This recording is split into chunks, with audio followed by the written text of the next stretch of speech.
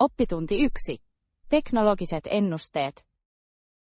Futurismi ja tekniikka ovat niin kiehtovia aiheita, mitään ennusteita tulevaisuuden tekniikasta. Todellakin. Uskon, että tekoäly muokkaa edelleen jokapäiväistä elämäämme. Kyllä, ja sen mukana tulee eettisiä näkökohtia, joihin yhteiskunnan on navigoitava. Nimenomaan. Tekoäly voi parantaa tehokkuutta, mutta se herättää myös huolta työpaikoista. Niin, mitä muita teknisiä edistysaskeleita odotat? Odotan merkittävää kehitystä uusiutuvien energialähteiden tekniikoissa. Kuulostaa lupaavalta. Se voisi auttaa suuresti ilmastonmuutoksen torjunnassa. Kyllä, ja biotekniikan kehitys voi mullistaa terveydenhuollon. Näyttää siltä, että tulevaisuus tuo mukanaan sekä jännittäviä innovaatioita että merkittäviä haasteita, eikö niin? Oppitunti 2. Taloudellisten erojen suuntaukset. The trends in economic inequality between nations are staggering, do you not think? Yes, it creates significant barriers to global development and stability. The gap is widening, and it seems to be accelerating in many places. Indeed, it is disheartening when we consider the resources available. How do you believe we could bridge this widening gap? Solutions might include fair trade practices and debt forgiveness for developing countries.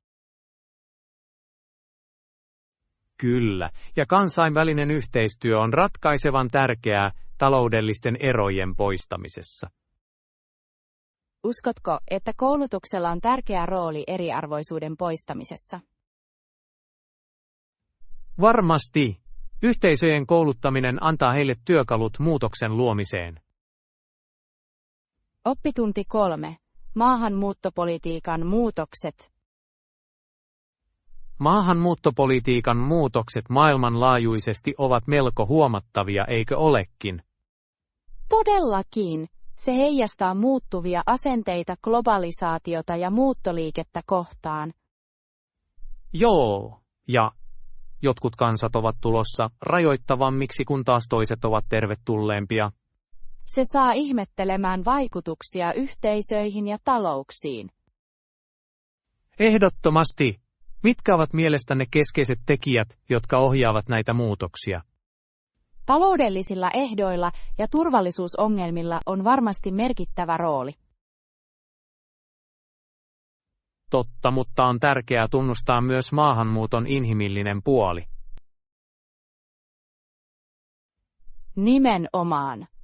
Politiikoissa on tasapainotettava kansalliset edut humanitaarisiin näkökohtiin. Niin, miten ihmiset voivat puolustaa oikeudenmukaisia maahanmuuttokäytäntöjä. Oppitunti 4. Farmaseettinen etiikka. Lääkeyhtiöiden etiikka globaalissa terveydessä on kiehtova aihe, eikö olekin? Todellakin. Se herättää kysymyksiä voitosta vs. potilaiden hyvinvoinnista. Kyllä, etenkin alueilla, joilla ei ole pääsyä välttämättömiin lääkkeisiin. On turhauttavaa todistaa hengenpelastavia lääkkeitä, jotka on hinnoiteltu monien ulottumattomissa. Miten uskot näiden yritysten pystyvän tasapainottamaan voittoja eettisten näkökohtien kanssa? Niiden pitäisi priorisoida avoimuus ja investoida kohtuuhintaisiin ratkaisuihin. Kuulostaa järkevältä. Lisäksi yhteistyö hallitusten kanssa voisi parantaa pääsyä. Ehdottomasti. Uskotko, että kuluttajat voivat vaikuttaa näihin yrityksiin? Varmasti. Tietoiset kuluttajat voivat lisätä eettisten käytäntöjen kysyntää. Oppitunti 5. Luonnonkatastrofien vaikutukset. Ympäristökatastrofien vaikutus globaaleihin yhteisöihin on huikea, etkö ole samaa mieltä? Joo, on masentavaa nähdä, kuinka yhteisöt kamppailevat toipuakseen. Jokainen katastrofi näyttää pahentavan olemassa olevia haavoittuvuuksia, eikö niin? Todellakin. Siinä korostetaan parempien valmius- ja selviytymistrategioiden tarvetta. Mitä mielestäsi pitäisi priorisoida katastrofitilanteissa? Uskon, että yhteisön osallistuminen ja paikallistuntemus ovat ratkaisevia tekijöitä. Joo, se antaa asukkaille mahdollisuuden osallistua tehokkaasti elvytystoimiin. Joten, luuletko ilmastonmuutoksen vaikuttavan merkittävästi näiden katastrofien esiintymistiheyteen? Ehdottomasti. Ilmastonmuutoksen torjuminen on välttämätöntä tulevien riskien lieventämiseksi. Oppitunti 6. Nuorisoaktivismi. Nuorten rooli poliittisissa liikkeissä on kasvussa. Oletteko huomanneet? Varmasti. Nuoret ovat yhä äänekkäämpiä asioista, joista he välittävät. Näyttää siltä, että sosiaalinen media vahvistaa heidän ääntään maailmanlaajuisesti. Todellakin. On innostavaa nähdä nuoria aktivisteja johtamassa muutoksen puolesta. Mutta luuletko heidän kohtaavan haasteita näissä liikkeissä? Kyllä, he kohtaavat usein vanhempien sukupolvien skeptisyyttä. Mikä mielestäsi voi kuroa sukupolvien välisen kuilun? Nuorten ja kokeneiden johtajien yhteistyöaloitteet voisivat edistää ymmärrystä. Kuulostaa lupaavalta. Miten voimme tukea nuorisoaktivismia? Oppitunti 7. Demokratian tulevaisuus. Demokraattisen hallinnon muuttuva maisema on erittäin tärkeä aihe, eikö olekin? Varmasti. Se herättää kysymyksiä globaalien poliittisten järjestelmien tulevaisuudesta. Kyllä, autoritaarisuuden lisääntyessä eri alueilla se on melko huolestuttavaa. On masentavaa nähdä demokraattisten arvojen rapautumista joissakin maissa. Miten näet teknologian vaikuttavan demokratian tulevaisuuteen? Se voisi sekä lisätä avoimuutta että aiheuttaa haasteita, kuten väärää tietoa. Nimenomaan. Äänestäjien sitoutumisen on sopeuduttava näihin uusiin maisemiin. Mitkä strategiat mielestäsi vahvistavat demokraattisia prosesseja? Kansalaiskasvatuksen edistäminen ja osallistumisen kannustaminen ovat keskeisiä edistysaskeleita. Oppitunti 8. Tekninen sääntely. Oletko huomannut hallitusten viimeaikaisia yrityksiä säännellä suuria teknologiayrityksiä? Joo, näyttää siltä, että teknologiajättejä valvotaan enemmän kuin koskaan ennen. Todellakin. Se muistuttaa minua sanonnasta, suurella voimalla tulee suuri vastuu. Nimenomaan. Mutta joskus mietin, ymmärtävätkö lainsäätäjät todella sääntelemänsä tekniikan? Se on pätevä pointti. Teknisen innovoinnin vauhti ylittää usein lainsäädäntöprosessit. Kyllä, ja tässä ollaan, jätetään arvailemaan, miltä tulevat säädökset näyttävät. Luulen, että se on tasapainottava toimenpide. Innovoinnin edistäminen samalla kun varmistetaan kuluttajan suoja. Nimenomaan.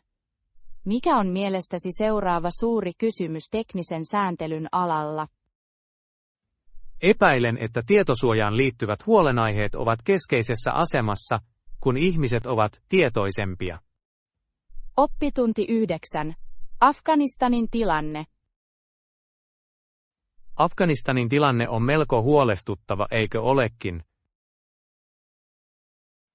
Se todella on.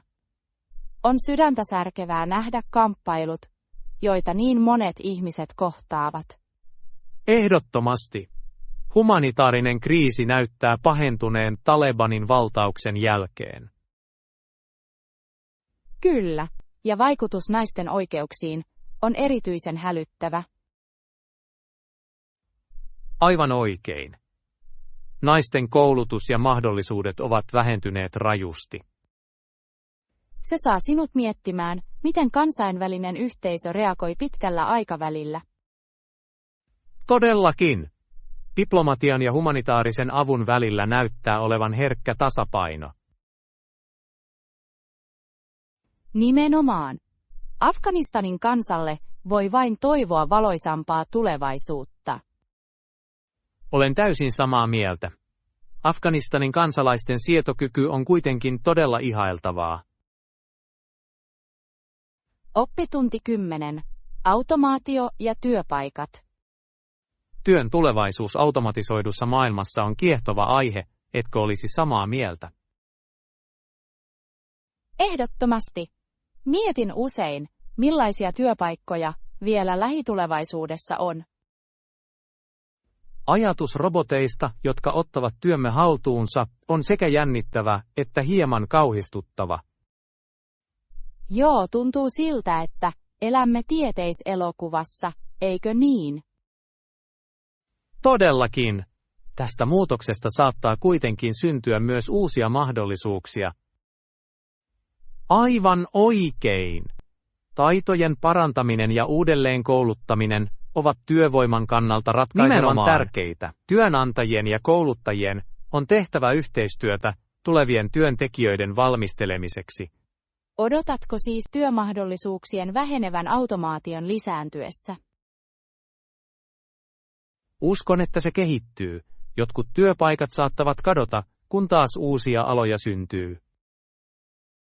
Oppitunti 11. Monimuotoisuus ja osallisuus. Pyrkimykset osallisuuteen eri maissa ovat viime aikoina saaneet vauhtia, eikö olekin? Hyvin paljon. On rohkaisevaa nähdä, että monet organisaatiot priorisoivat monimuotoisuutta. Ehdottomasti. Todellisen osallisuuden saavuttaminen voi kuitenkin olla melko monimutkaista. Joo, se vaatii muutakin kuin politiikkaa, se vaatii myös kulttuurimuutosta. Nimenomaan. Miten luulet, että organisaatiot voivat edistää tällaisia muutoksia tehokkaasti? Avoimeen vuoropuheluun osallistuminen ja monimuotoisuuden ympärillä tapahtuva koulutus voivat olla vaikuttavia. Oikein, monimuotoisuusaloitteiden johdonmukainen arviointi ja mukauttaminen ovat myös ratkaisevan tärkeitä. Uskotko, että olemme menossa oikeaan suuntaan? Toivon niin. Edistyminen voi olla hidasta, mutta jokainen askel on tärkeä. Oppitunti 12. Kauppaneuvottelut. Oletko koskaan miettinyt, miten globaalit kauppasopimukset muokkaavat kansainvälisiä suhteita? Todellakin, se on melko kiehtova. He voivat joko rakentaa siltoja tai herättää jännitteitä. Nimenomaan! Joskus näyttää siltä, että maat neuvottelevat kuin lapset taistelevat leluista. Olet oikeassa paikassa.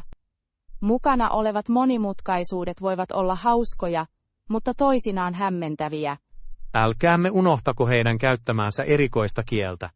Ikään kuin he yrittävät hämmentää meitä. Se varmasti tuntuu siltä. Viime kädessä nämä sopimukset voivat kuitenkin parantaa taloudellisia siteitä, eikö niin?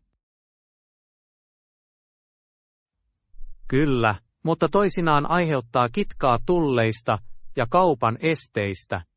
Joten luuletko globaalien kauppasopimusten olevan enemmän hyödyllisiä kuin haitallisia kokonaisuutena?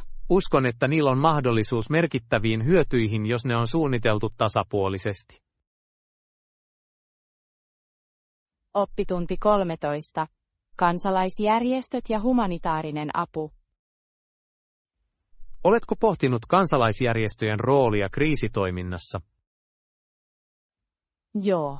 He ovat usein tuntemattomia sankareita, jotka tarjoavat välitöntä apua hätätilanteissa. Todellakin. Heidän ketteryytensä ja paikallistuntemuksensa voivat muuttaa maailmaa. Rahoitus voi kuitenkin usein olla merkittävä rajoite, eikö niin? Ehdottomasti. Jatkuvan tuen turvaaminen myrskyisinä aikoina on haaste. Silti heidän ponnistelunsa voivat johtaa pitkäaikaisiin kehityshankkeisiin, eikö niin? Kyllä. Kestävät ohjelmat voivat auttaa jälleen rakentamaan yhteisöjä. Luuletko, että yhteistyö hallitusten kanssa on elintärkeää menestyksen kannalta? Se on välttämätöntä. Kumppanuudet voivat lisätä vaikutustaan valtavasti. Oppitunti 14. Ajattelua. Oletko koskaan miettinyt, miksi joissakin maissa on ruokapulaa, kun taas toisissa on runsaasti? Se on melko hämmentävä asia, todellakin. Mietin usein, kuinka voimme kuljettaa ylijäämäruokaa alueelta toiselle tehokkaasti. Kyse ei ole vain runsaudesta. Jakelulogistiikka on kriittinen haaste. Esimerkiksi pilaantuvien tavaroiden kuljettaminen vaatii erikoistuneita tiloja. Ehdottomasti. Lisäksi paikallinen infrastruktuuri voi merkittävästi haitata prosessia. Kuvittele, että yrität siirtää tavaroita rikkoutuneiden teiden yli. Se on resepti katastrofiin. Entä politiikan rooli ruoan jakelussa? Politiikka voi vaikuttaa voimakkaasti maatalouspolitiikkaan ja tukiin, mikä tekee siitä entistä monimutkaisemman. Monimutkaisuudesta puheen ollen, oletko kuullut ruoka-aavikoista? Minulla on! Ne ovat alueita, joilla on rajoitettu pääsy kohtuuhintaiseen ja ravitsevaan ruokaan. Oikein! On hämmästyttävää, että maailmassa, jossa on niin paljon ruokaa, jotkut ihmiset ovat edelleen nälkäisiä. Oppitunti 15. Kulttuuriyhteys. Oletko huomannut, kuinka kulttuurierot voivat johtaa väärinkäsityksiin? Kyllä, se on kiehtovaa ja joskus melko hauskaa. Erilaisten tapojen tarkka noudattaminen voi saada ihmisen tuntemaan olonsa etsiväksi kulttuuritapauksessa. Todellakin. Tervehdin kerran erehdyksessä kollegaa kädenpuristuksella, kun hän odotti jousta. Sen on täytynyt olla hankalaa. Mutta juuri ne hetket opettavat meille arvokkaita oppitunteja. Totta. Kulttuuristen normien ymmärtäminen voi lievittää väärinkäytöksiä. Väärästä viestinnästä puhuen kuulin huvittavan tarinan henkilöstä, joka sekoitti vieraalla kielellä sanan lahja ja myrkky. Voi luoja, se kuulostaa katastrofin reseptiltä tai mielenkiintoiselta juhlatarinalta. Kyllä! Huumori voi usein täyttää kulttuurien välisen kuilun, eikö niin? Oppitunti 16. Vedellä on merkitystä. Vesioikeuksista on tullut kuuma aihe viime aikoina, eikö olekin? Todellakin. Vaikuttaa siltä, että perustavanlaatuisen välttämättömyyden ei pitäisi olla niin monimutkainen. Luulisi niin, silti monilla ihmisillä ei ole vielä puhdasta vettä. Se on melko hälyttävää. Veden niukkuus voi johtaa vakaviin seurauksiin yhteisöille. Oikein! Jotkut väittävät, että se on ihmisoikeus, kun taas toiset pitävät sitä hyödykkeenä. Tämä näkökulmaero vaikeuttaa asiaa entisestään. Lisäksi teollisen veden käyttö varjostaa usein henkilökohtaisia tarpeita. Nimenomaan. Se on usein taistelu maatalouden kysynnän ja henkilökohtaisen kulutuksen välillä. Oletko törmännyt käsitteeseen virtuaalinen vesi? Oppitunti 17. Diplomatian vuoropuhelut. Diplomatian rooli globaalin rauhan ylläpitämisessä näyttää nykyään aliarvostetulta, eikö niin? Ehdottomasti. Vaikka kuulemme usein konflikteista, pyrkimykset niiden ratkaisemiseksi jäävät usein varjoon. Kyllä ne diplomaatit ovat kuin rauhanninjoja, jotka työskentelevät väsymättä kulissien takana. Mikä humoristinen kuvaus. Silti se on totta. He jongleeraavat mestarillisesti kansakuntien välisiä suhteita. Älkäämme aliarvioko vuoropuhelun voimaa. Kompromissi vaatii usein luovia neuvotteluja. Todellakin. Muistatko ajan, jolloin pieni kauppakiista ratkaistiin yhteisen aterian yhteydessä? Kyllä! Se on täydellinen esimerkki siitä, että joskus leivän murtaminen voi rikkoa Luulla on esteitä. todella outo tapa edistää rauhaa ja vuoropuhelua. Entä suostuttelun taide? Se on elintärkeää julkisessa diplomatiassa. Oppitunti 18. Vihreät innovaatiot. Oletko koskaan miettinyt, miten vihreä teknologia muokkaa tulevaisuuttamme? Se on jännittävä käsite, varsinkin kun otetaan huomioon kestävien ratkaisujen kiireellinen tarve. Nimenomaan. Ympäristöystävällisen teknologian innovaatioita näyttää syntyvän lähes päivittäin. Kyllä, se saa ihmettelemään, onko meillä pian aurinkoenergialla toimivia lentäviä polkupyöriä.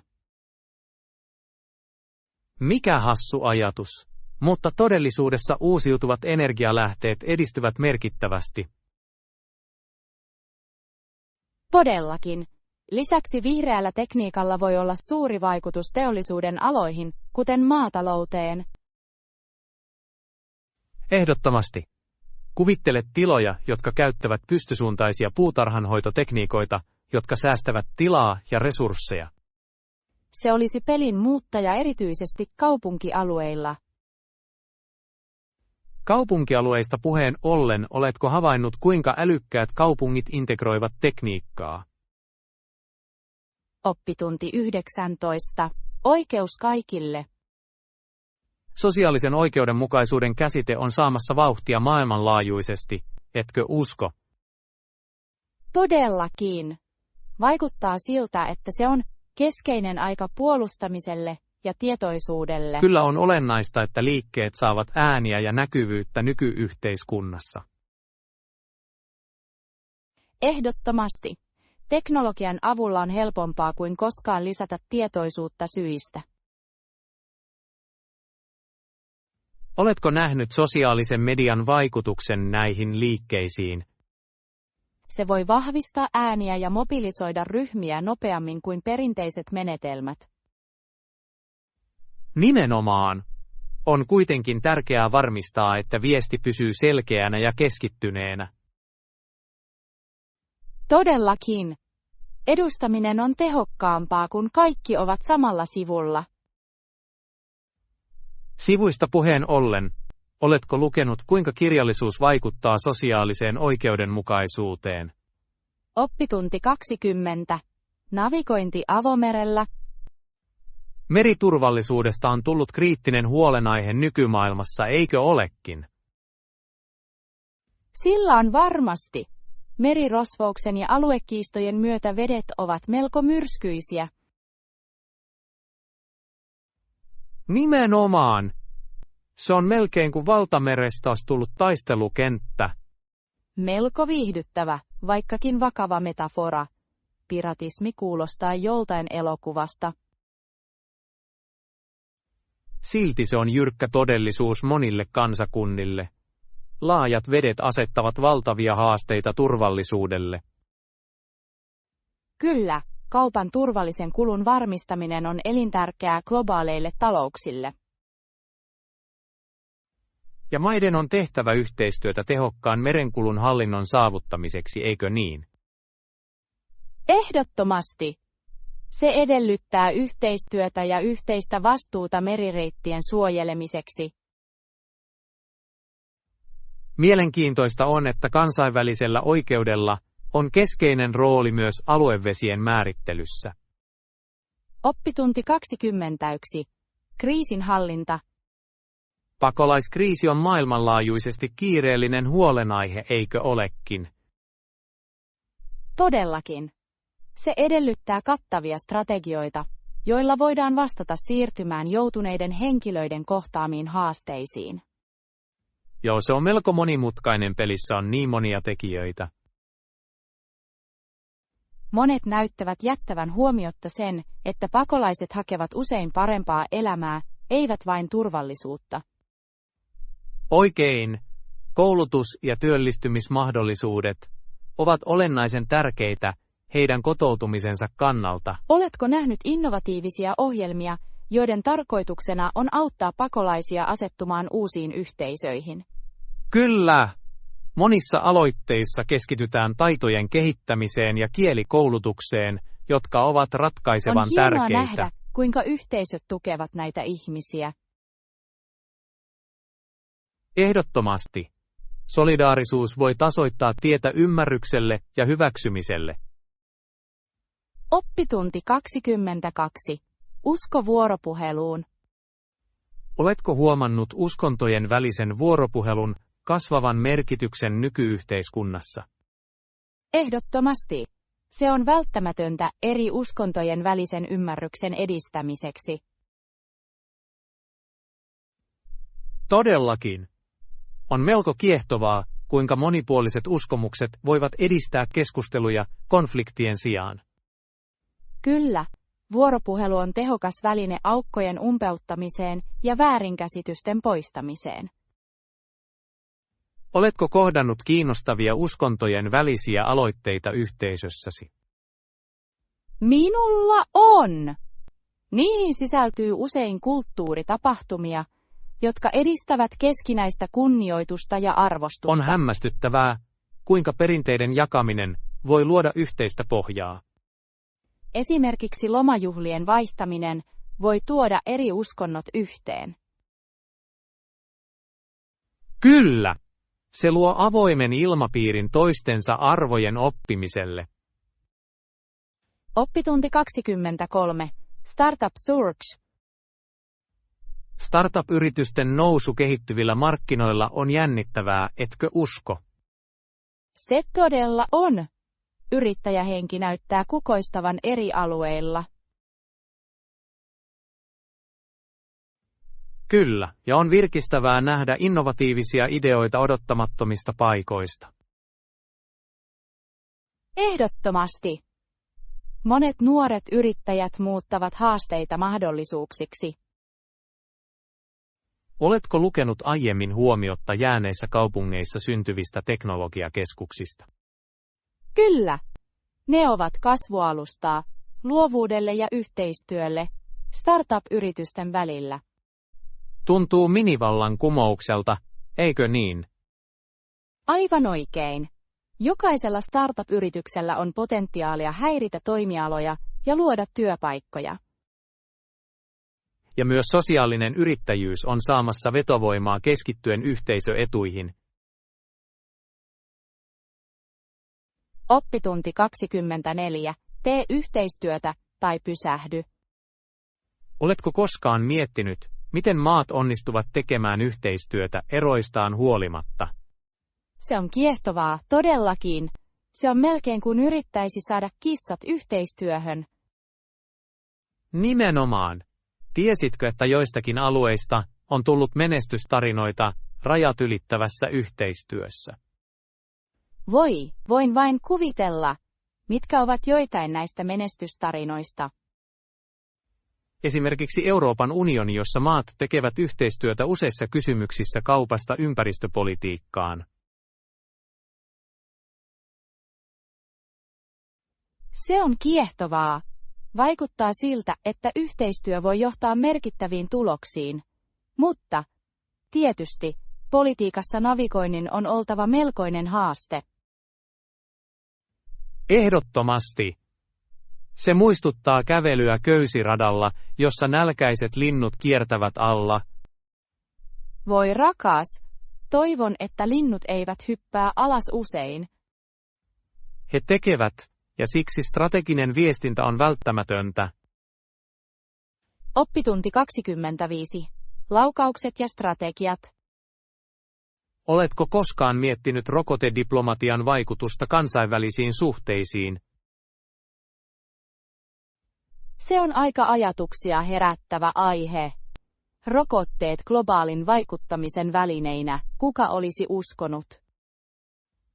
Todellakin. Se on kuin shakkipeli. mutta sellainen, jossa pelinappulot ovat pieniä pulloja hengenpelastavaa lääkettä. Se on elävä kuva.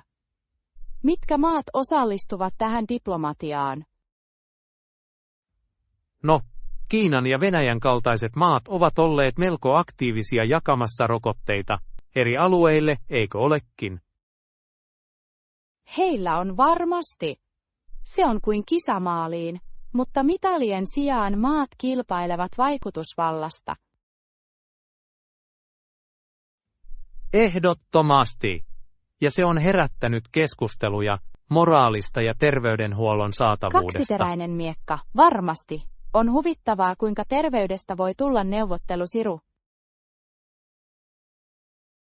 Ironista on, että terveyden huomioon ottamisen pitäisi mieluiten olla yleismaailmallinen oikeus eikä etuoikeus. Oppitunti 26. Early Bird saa kokouksen.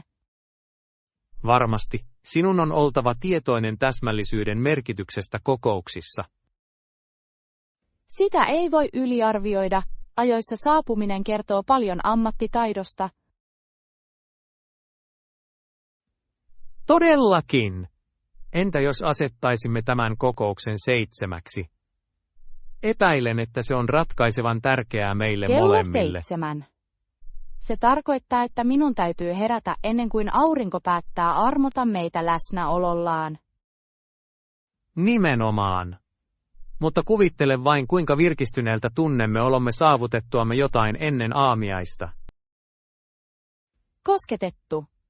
Luulen, että se kuulostaa virkistävältä kuin voittokierros aamunkoitteessa. Aivan oikein. Lisäksi kahvi maistuu vielä paremmalta tuona aikana. Juuri keitetyn kahvin tuoksu auringon noustessa, se voi hyvinkin olla maaginen kokemus.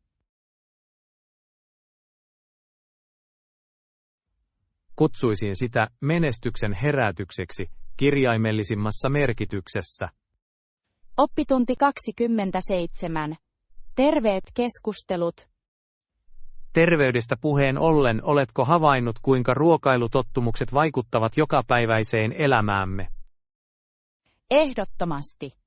On huvittavaa, kuinka ruokavalinnat voivat jopa herättää keskusteluja ystävien keskuudessa. Todellakin!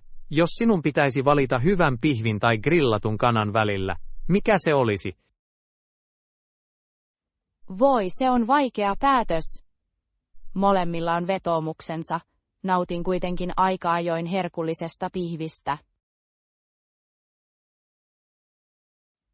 Olet siis lihan harrastaja. Se lisää varmasti soihtumista kitalaeseesi.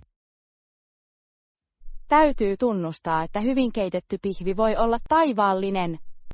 Silti grillattu kana on myös hieno vaihtoehto. Se on totta. Se on kevyempi ja sitä voisi pitää terveystietoisena vaihtoehtona. Uskon kuitenkin, että välillä hemmottelemisesta tuskin on haittaa. Loppujen lopuksi elämä on liian lyhyt maun ohittamiseen. En voinut olla enempää samaa mieltä. Tasapaino on elintärkeää, varsinkin kun ihmisellä voi olla taipumus myös makeisiin. Oppitunti 28. Maatilasta pöytään. Oletko koskaan ollut mukana maatilan elämässä? Ei henkilökohtaisesti, mutta olen kuullut, että se on ainutlaatuinen kokemus. Entä sinä? Joo, olen auttanut ystävää hänen maatilallaan. Autan jopa lehmien lypsämisessä. Kuinka kiehtovaa. Uskon, että se vaatii tiettyä taitoa ja rohkeutta. Se tekee, ja se tarjoaa myös melkoisen treenin. Oletko koskaan kokeillut sitä? Voin vain kuvitella, mutta epäilen, että olisin aluksi kömpelöauttaja. Se vaatii harjoittelua, aivan kuten polkupyörällä ajaminen on löydettävä tasapaino. Sopiva analogia. Pidätkö työskentelystä eläinten kanssa? Ehdottomasti. Jokainen päivä tuo uusia yllätyksiä, kuten silloin, kun vuohet päättävät olla ilkikurisia. Oppitunti 29. Täydellinen istuvuus. Oletko koskaan kokeillut paitaa, joka sopii niin täydellisesti, että se tuntuu toiselta iholta? Todellakin. Se on kuin löytäisi aarteen Kangasmeren keskellä. Mitä tyyliä etsit? Olen erityisen kiinnostunut jostakin rennosta, mutta tyylikkäästä. Ehkä sopiva paita kirkkaalla värillä. Kuulostaa houkuttelevalta. Oletko miettinyt, miten värit voivat vaikuttaa mielialaan? Ehdottomasti luin jostain, että kirkkaampien värien käyttäminen voi lisätä itseluottamusta. Todellakin. Se voi myös saada muut näkemään sinut lähestyttävämmäksi. Nimenomaan. Käytin kerran kirkkaan keltaista paitaa, ja kaikki kiittivät minua. Näytit varmaan aika karmealta. Keltaisella on tapa valaista huone. Kiitos. Uskon, että vaatteiden tulee heijastaa persoonallisuuttamme. Oppitunti 30. Varauksen vahvistus. Haluan vahvistaa varaukseni, kiitos. Nimeni on John Smith, ja tein sen viime viikolla. Varmasti. Tarkistan sen sinulle heti. Mihin päivämäärään varauksesi on? Se on tätä lauantai-iltaa varten. En voi tuskin odottaa. Näen sen täällä. Olet varannut pöydän 2 kello 19, eikö niin? Kyllä, se on oikein. Onko jotain muuta, josta minun on oltava tietoinen? Saavuta vain vähän aikaisin, jos mahdollista. Se voi olla melko kiireinen. Kuulostaa viisaalta. Arvostan vinkkiä. Ei hätää. Onko tämä erityinen tilaisuus? Sattumalta. Se on todellakin. Haluaisin yllättää ystäväni. Oppitunti 31. Viikonloppusuunnitelmat. Olen iloinen, että olemme yhtä mieltä siitä, että mikä tahansa viikonloppu riittää. Entä tämä tuleva sunnuntai-ilta? Sunnuntai kuulostaa täydelliseltä. Onko sinulla tietty aktiviteetti mielessä? Ajattelin ehkä illallista tuossa uudessa italialaisessa ravintolassa keskustassa. Voi, olen kuullut upeita arvosteluja siitä. Heidän pastansa on ilmeisesti loistava. Olen pastaharrastaja, joten se näyttää taivaassa tehdyltä ottelulta. Samoin. Voin jo kuvitella meidän maistavan herkullisia ruokia. Haluatko tutustua myös heidän jälkiruokavalikkoonsa? Ehdottomasti. Ateria ilman jälkiruokaa on kuin päivä ilman auringonpaistetta, etkö usko? Aivan totta. Olen kuullut, että heidän tiramisunsa on poissa tästä maailmasta. Oppitunti 32. Vaellusseikkailut. Hei, oletko koskaan käynyt vaeltamassa aiemmin? Kyllä, minulla on. Rakastan retkeilyä. Se on niin hieno tapa uppoutua luontoon. Se varmasti on. Kävely puiden keskellä ja raikkaasta ilmasta nauttiminen voi olla virkistävää. Todellakin. Lisäksi, vaellusreitit johtavat usein henkeä salpaaviin näkymiin. Mikä on ollut suosikki vaelluskokemuksesi tähän mennessä? Vaelsin kerran polkua, josta oli näkymät upealle vesiputoukselle. Näky oli yksinkertaisesti maaginen. Kuulostaa lumoavalta. Vesiputouksilla on tapa kiehtoa henkeä. He tekevät. Oletko koskaan vaeltanut haastavaa polkua? Yritin sitä kerran, ja sanotaan vain, että se valloitti minut. Oppitunti 33. Maantieteelliset ihmeet. Tiesitkö, että Australia sijaitsee Tyynenmeren ja Intian valtameren välissä? Kyllä. On kiehtovaa, kuinka se on yksi maailman suurimmista maista. Todellakin. Sitä kutsutaan usein saaren mantereeksi. Se tekee siitä ainutlaatuisen. Myös biologinen monimuotoisuus on huomattava. Ehdottomasti. Sademetsistä aavikoihin sillä on poikkeuksellisia ekosysteemejä. Oletko koskaan harkinnut vierailua Australian suuressa valliriutassa? Haluaisin. Snorklaus siellä on oltava surrealistinen kokemus. Se todella on. Vilkkaat riutat ja meren elämä ovat vain lumoavia. Lisäksi Australialla on rikas kulttuurihistoria alkuperäiskansojen yhteisöjensä kanssa. Oppitunti 34. Vaikuttava kehitys. Minun on sanottava, että olin todella vaikuttunut kaupunkimme uudesta kehityksestä. Todellako? Mikä kiinnitti huomionne erityisesti? Heidän rakentamansa uusi puisto on todella upea. Se on niin hyvin suunniteltu. Olen samaa mieltä. Maisemointi ja leikkipaikka tekevät siitä ihastuttavan kokoontumispaikan. Ja yhteisöpuutarhat ovat loistava lisä. Ne kannustavat kestävään kehitykseen. Oikein! On hienoa nähdä keskittyminen viheralueisiin kaupunkisuunnittelussa. Oletko kokeillut puistossa järjestettyjä tapahtumia? Joo, osallistuin yhteisöpiknikille viime kuussa, ja se oli upeaa.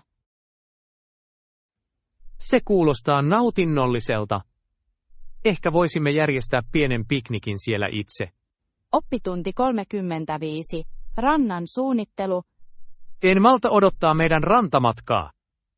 Oletko vahvistanut päivämäärät? Kyllä, olen tarkistanut kaiken, ja olemme kaikki valmiita. Mikä jännittävä seikkailu meillä on? Oletko suunnitellut mitään aktiviteetteja? Ajattelen rantalentopalloa ja ehkä kokkoa illalla. Se kaikki kuulostaa uskomattoman hauskalta. En malta odottaa vaahtokarkkien paistamista. Nimenomaan. Kokossa rannan äärellä on jotain maagista. Hyväksytty. Varmistetaan myös hienoja välipaloja ja musiikkia. Kuulostaa täydelliseltä yhdistelmältä. Mitä pukeudut rannalle? Luultavasti pukeudun suosikki-uimahousuihini ja kirkkaan rantapaidan.